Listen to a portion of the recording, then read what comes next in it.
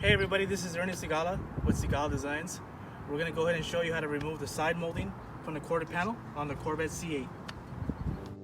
The only tool that you're going to need for this removal of this quarter panel molding is the little ratchet with the 8mm socket.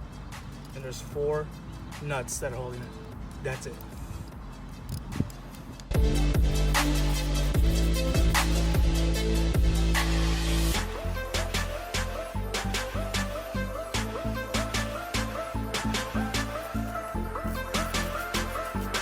Okay, the only thing that's holding this side molding in the quarter panel are the nuts, right? And a little piece of double-sided tape on this corner here.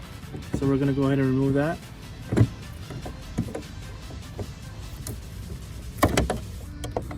And there it is. So it's right here. And there's your quarter panel molding.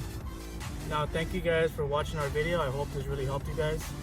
And if it did, leave a comment below. Make sure that you subscribe to our channel. Thanks a lot.